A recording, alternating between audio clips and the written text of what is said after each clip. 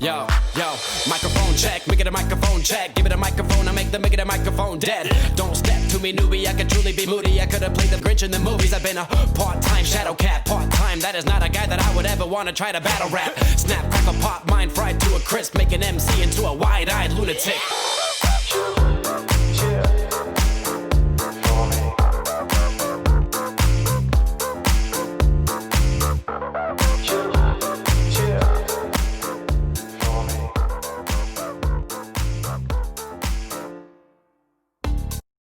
So on a 2007 A4 2.0 liter turbo engine, the high pressure fuel pump is this guy right there. And what I need to look at is the cam follower, which is underneath here, that rubs against the camshaft, for lack of a better term. I need to make sure, it's a common problem when you lose acceleration and you have check engine lights that pop up. And if you have a diagnostics tool, you get specific diagnostic codes that relate to the fuel system pressure. So usually the indicator typically points to a fault somewhere in this mechanism. So step one is to take this thing off. These are the tools you're going to need for removing and inspecting the high pressure fuel pump. From the top obviously is a flathead screwdriver. Then you're going to need a 13 millimeter wrench, a 17 millimeter stubby wrench, which is, this is super cute. Look at this thing. Brand new, by the way. Had to buy it for this project. I do love buying tools for money. I did not use those needle nose pliers. I ended up using this dual pivot set you see here in the lower right. I did not have a banjo bolt, so luckily I did not have to use this bolt you see here. All right, so check it out. I don't have fancy cameras and a mount for my iPhone yet, so eventually I'll have different camera angles to do this, but I'm gonna have to do the work and then kind of show you, come back to it and then show you what I did for the time being. The first thing I'm gonna do is I'm gonna remove this breather tube here so I give me better access to the underside of the pump so I can unscrew it. Let's do it. Okay, that was a pretty straightforward process.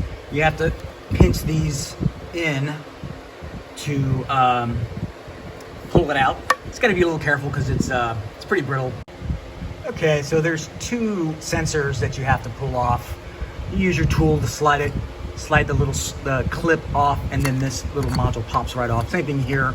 But one thing I observed is that this one did not have this little clip lock mechanism that locks it onto place. All right, so here comes the challenging part. So remember when I said this thing is a high pressure fuel pump? Well, that means that this thing is under pressure. So there's a Schrader valve right there that will need to be unscrewed and then have the pressure released using the flathead screwdriver. I obviously have a rag here and I've protected my concrete underneath in case I miss some of the fuel, but please be careful during this process if you decide to take this on yourself. Wear safety goggles and make sure there's no open flames obviously nearby. So good luck. Here we go. Okay, I unscrewed the Schrader valve cap. I'm gonna stuff my some old dish towels that I have. I keep in my toolbox for just this kind of occasion. You can kind of see which direction it's gonna squirt out. So just gotta make sure you have it really covered up there. All right, so we're gonna release the pressure here. Come in at a different angle to try to, there it is right there. See that? So you just wanna release the pressure. Doesn't look like there was that much, but there's a little spring in there, a valve stem, if you will. Looks like I got it. All right, so the next step is to use a 13 millimeter wrench to unscrew the Schrader valve. It's gonna come this way.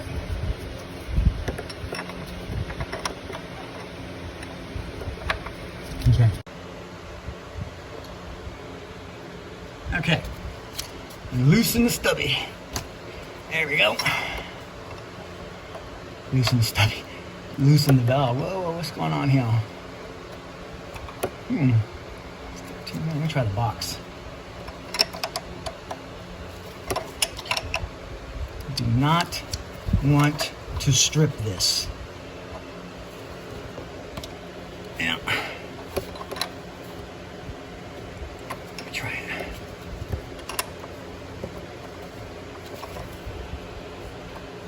There we go. Looks like it's pretty good. Oh, there we go. Got it.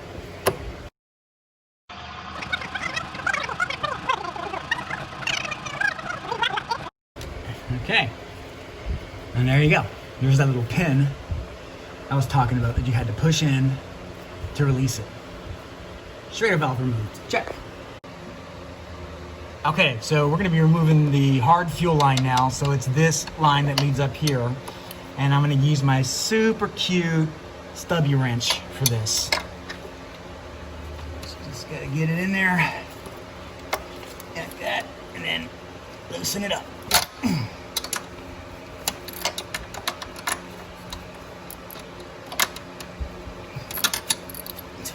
This angle.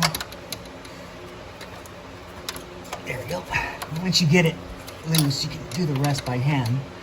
I don't think it's quite loose enough for me. Okay, let's see. No, not yet.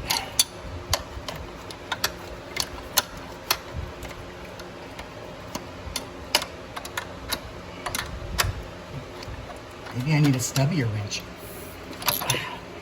All right, it's loosened now, and I'm doing the rest of it by hand and removing the line. Okay, disconnected.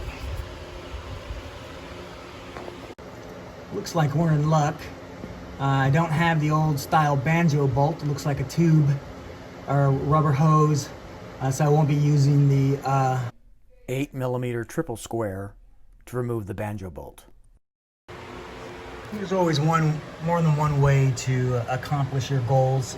I went ahead and started removing the T30 torque screws, and hopefully I'll have enough slack at the bottom to where I can get that clip up to a different angle so I can remove it. Because at this point, I can't get a pair of needle nose in there. My wife even gave me a pair of her 90-degree needle nose pliers, and it just could not get back there. Besides, the previous mechanic put the spring clip facing the valve where the hard fuel line is, if you can see that down there. So I can't pinch it without getting a different angle to remove the hose. So let's see what we can do. So I had to remove another valve in order to get to that clip, because as I said, the previous mechanic put the pinch clip portion facing the valve, so I had to take the valve off in order to get to the pinch clip. So now it's just a question of, it's a matter of getting in there and pinching that clip and pulling the hose down. So it's very, very cramped. So here we go.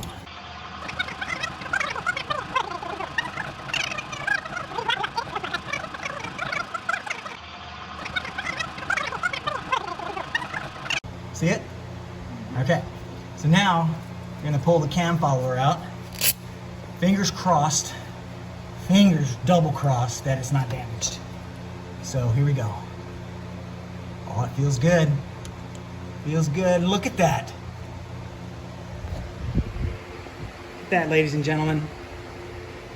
That is a healthy cam follower for a car that's got 140,000 miles on it.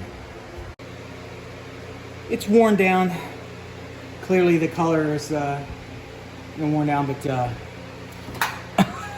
the next thing is, bring the camera over here, my love. And look in that hole where I pulled the follower out. I'm gonna inspect the cam.